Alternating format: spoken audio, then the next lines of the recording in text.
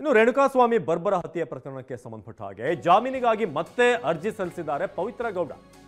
ಈ ಕೇಸ್ನ A1 ಪವಿತ್ರ ಗೌಡ ಮರುಪರಿಶೀಲನಾ ಅರ್ಜಿಯನ್ನ ಹಾಕಿದ್ದಾರೆ ಜಾಮೀನು ಕೊಡಬೇಕು ಅಂತ. ಮರುಪರಿಶೀಲನಾ ಅರ್ಜಿ ಹಾಕಿದಂತ A1 ಪವಿತ್ರ ಗೌಡ ಜಾಮೀನು ಮಂಜೂರು ಮಾಡುವಂತೆ ಕೋರಿ ಅರ್ಜಿ. ಗುರುವಾರ ಅರ್ಜಿ ವಿಚಾರಣೆ ಸುಪ್ರೀಂ ಕೋರ್ಟ್ನಲ್ಲಿ ತೆಗೆದುಕೊಳ್ಳಲಾಗುತ್ತೆ. ಈ ಹಿಂದೆ A1 ಪವಿತ್ರ ಗೌಡ ಜಾಮೀನು ರದ್ದು ಮಾಡಲಾಗಿತ್ತು ಸುಪ್ರೀಂ ಕೋರ್ಟ್ನಲ್ಲೇ. ಅದು ಎಷ್ಟು ಮಟ್ಟಿಗೆ ಅಂತಂದರೆ ಇಲ್ಲಿ ತನಿಖೆ ಆದಂಥ ರೀತಿ ಅಥವಾ ಯಾವ ರೀತಿ ಲೀಗಲ್ ಪ್ರೊಸೀಜರ್ಗಳು ಹೋಯಿತು ಅದರ ಬಗ್ಗೆನೇ ಸುಪ್ರೀಂ ಕೋರ್ಟ್ ಒಂದಷ್ಟು ಪ್ರಶ್ನೆಗಳನ್ನು ಹಾಕಿತ್ತು, ಚಾಟಿ ಬೀಸಿತ್ತು. ಇದೀಗ ಮತ್ತೆ ಮರುಪರಿಶೀಲನಾ ಅರ್ಜಿಯನ್ನು ಹಾಕಿದ್ದಾರೆ ಪವಿತ್ರ ಗೌಡ, ಈ ಪ್ರಕರಣದ A1 ಆರೋಪಿ. ಸೊ ಜಾಮೀನಿಗಾಗಿ ಮತ್ತೆ ಮರುಪರಿಶೀಲನೆ ಮಾಡಬೇಕು, ಜಾಮೀನು ಕೊಡಬೇಕು ಅಂತ ಈಗ ಅರ್ಜಿ ಹಾಕಲಾಗಿದೆ. ಗುರುವಾರ ಇದು ಮತ್ತೆ ವಿಚಾರಣೆಗೆ ಬರುತ್ತೆ. ಇನ್ನು ಪವಿತ್ರ ಗೌಡ ಪುನರ್ ಪರಿಶೀಲನೆ ಅರ್ಜಿ ಸಲ್ಲಿಸಿದ್ದಾರೆ. ಸರ್ಕಾರದ ಪರ ವಕೀಲ ಅನಿಲ್ ನಿಶಾನಿ ಪ್ರತಿಕ್ರಿಯೆ ನೀಡಿದ್ದಾರೆ. ಗುರುವಾರ ದ್ವಿಸದಸ್ಯ ಪೀಠದಲ್ಲಿ ವಿಚಾರಣೆ ನಡೆಯಲಿದೆ.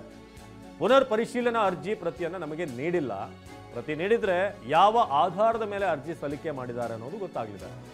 ಇದು ದೆಹಲಿಯಲ್ಲಿ ಸರ್ಕಾರದ ಪರ ವಕೀಲ ಅನಿಲ್ ನಿಶಾನಿ ಪ್ರತಿಕ್ರಿಯೆ.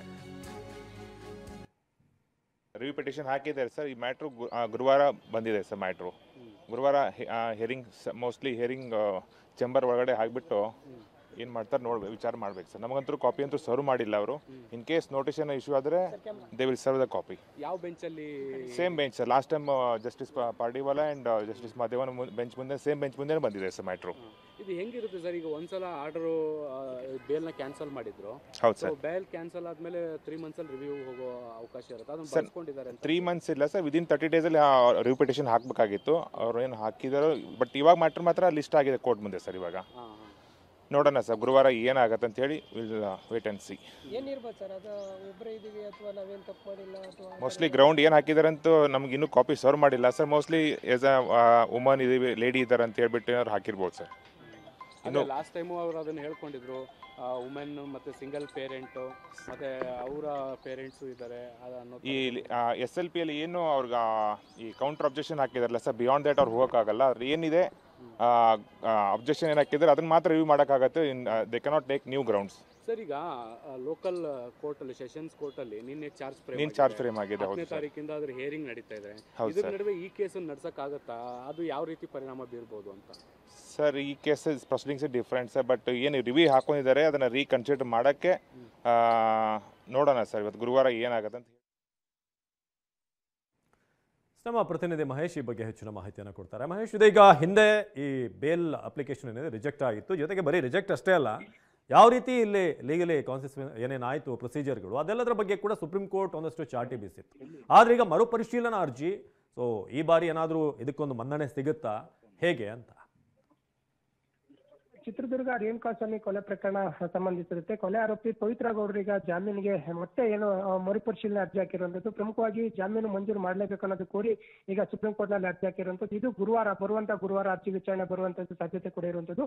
ಪ್ರಮುಖವಾಗಿ ಈಗಾಗಲೇ ಈಗ ಏನು ಅದರಲ್ಲಿ ಮೆನ್ಷನ್ ಮಾಡುವಂತ ಸಾಧ್ಯತೆ ಏನಿರೋದ್ರಿಂದ ನೋಡೋದಾದ್ರೆ, ನಾನು ಸಿಂಗಲ್ ಪೇರೆಂಟ್ ಇದ್ದೀನಿ, ನನಗೆ ಮಗಳು ಕೂಡ ಇರುವಂಥದ್ದು. ಹೀಗಾಗಿ ನಾನು ಆ ಒಂದು ಮಗಳನ್ನ ನೋಡ್ಕೊಳ್ಳೋ ಇಂಥ ಹಿನ್ನೆಲೆಯಲ್ಲಿ ಈ ಒಂದು ಸಾಧ್ಯತೆ ಕೂಡ ಇರೋದ್ರಿಂದ ಏನು ಮತ್ತೆ ಮರುಪರಿಶೀಲನೆ ಅರ್ಜಿ ಮಾಡಿ ಇದನ್ನ ಏನು ಜಾಮೀನು ಮಂಜೂರು ಮಾಡುವಂತೆ ಕೋರಿ ಈಗ ಅರ್ಜಿ ಸಲ್ಲಿಸಿರುವಂತದ್ದು. ಪ್ರಮುಖವಾಗಿ ಗುರುವಾರ ಏನು ವಿಚಾರಣೆ ಕೂಡ ಬರುವಂತದ್ದು. ಈಗಾಗಲೇ ಈ ಹಿಂದೆನೂ ಕೂಡ ಸುಪ್ರೀಂ ಕೋರ್ಟ್ ಸಾಕಷ್ಟು ಒಂದು ಚಿಮಾರಿ ಕೂಡ ಹಾಕಿತ್ತು. ಯಾಕಂದ್ರೆ ಈ ಒಂದು ಕೊಲೆ ಪ್ರಕರಣದಲ್ಲಿ ಎಲ್ಲರೂ ಸಾಕ್ಷಿ ಏನು ಎತ್ತಿ ಹಿಡಿದು ಇದನ್ನ ಏನು ಯಾವ ರೀತಿ ಇನ್ವಾಲ್ವ್ ಆಗಿದ್ದಾರೆ ಅನ್ನೋದು ಕೂಡ ಮೇಲ್ನೋಟಿಗೆ ಕಂಡು ಬಂದಂತ ಹಿನ್ನೆಲೆ ಚಿಮಾರಿ ಹಾಕಿ ಈ ಒಂದು ಜಾಮೀನನ್ನ ಅರ್ಜಿ ವಜಾ ಕೂಡ ಮಾಡಿತ್ತು. ಸದ್ಯ ಮರುಪರಿಶೀಲನೆ ಅರ್ಜಿ ಹಾಕಿರುವಂತ ಹಿನ್ನೆಲೆಯಲ್ಲಿ ಗುರುವಾರ ವಿಚಾರಣೆ ಬರ್ತಾ ಇದೆ. ಈ ಒಂದು ಏನು ಯಾವ ರೀತಿ ಇದು ಸುಪ್ರೀಂ ಕೋರ್ಟ್ ಇದನ್ನ ವಿಚಾರಣೆ ಕೈಗೆತ್ತಿಕೊಳ್ಳುತ್ತೆ ಮತ್ತೆ ಯಾವ ರೀತಿ ವಾದ ಮಾಡುತ್ತೆ ಅನ್ನೋದು ಕೂಡ ಕಾದು ನೋಡಬೇಕಾಗಿದೆ. ಮೇಲ್ನೋಟಕ್ಕೆ ಪ್ರಮುಖವಾಗಿ ಈಗಾಗಲೇ ಇದನ್ನ ಏನು ಕ್ಯಾನ್ಸಲ್ ಮಾಡುವಂತ ನಿಟ್ಟಿನಲ್ಲಿ ಸಾಧ್ಯತೆ ಕೂಡ ಇರುವಂತದ್ದು. ಯಾಕಂದ್ರೆ ಈಗಾಗಲೇ ಏನು ಸುಪ್ರೀಂ ಕೋರ್ಟ್ ನಲ್ಲಿ ಅರ್ಜಿ ವಜಾ ಆದಂತ ಹಿನ್ನೆಲೆಯಲ್ಲಿ ಮತ್ತೆ ಈಗ ಸಿಂಗಲ್ ಪೇರೆಂಟ್ ಇದ್ದೀನಿ, ಬೇರೆ ಇತರ ಕಾರಣಗಳನ್ನ ನೀಡಿ ಈಗ ಪವಿತ್ರ ಗೌಡ ಅವರ ಅರ್ಜಿ ಹಾಕುವಂತ ನಿಟ್ಟಿನಲ್ಲಿ ಸಾಧ್ಯತೆ ಇರೋದ್ರಿಂದ ಸುಪ್ರೀಂ ಕೋರ್ಟ್ ಯಾವ ರೀತಿ ಕ್ರಮ ಕೈಗೊಳ್ಳುತ್ತೆ ಅನ್ನೋದು ಕೂಡ ಕಾದು ನೋಡಬೇಕಾಗಿದೆ. ಅವಿನಾಶ್, ಧನ್ಯವಾದ ಮಹೇಶ್.